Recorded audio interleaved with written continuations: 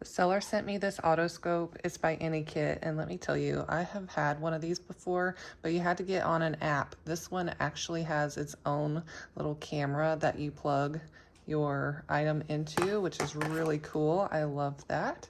So you just plug it in here to the back of this little camera, and it will come on, and then this is where you charge it. And it has a little SD card in here as well. And so this thing is really cool. I have been investigating my ears, and it's pretty disgusting. I'm not gonna lie. It's really gross. But, oh, you know, for the sake of doing videos, let's take a look here.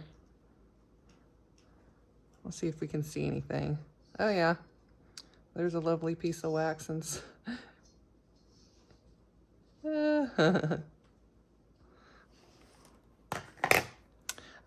this is really cool. It has 3 of the little tips, and then if you want to put a thing on so that you can get some earwax out, you will stick that on right there, and there's your light, obviously, and then you will put this on, and this just keeps it.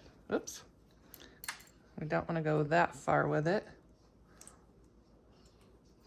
This keeps it from going into your ear and piercing your eardrum. So that's just there for safety. So make sure you put that on.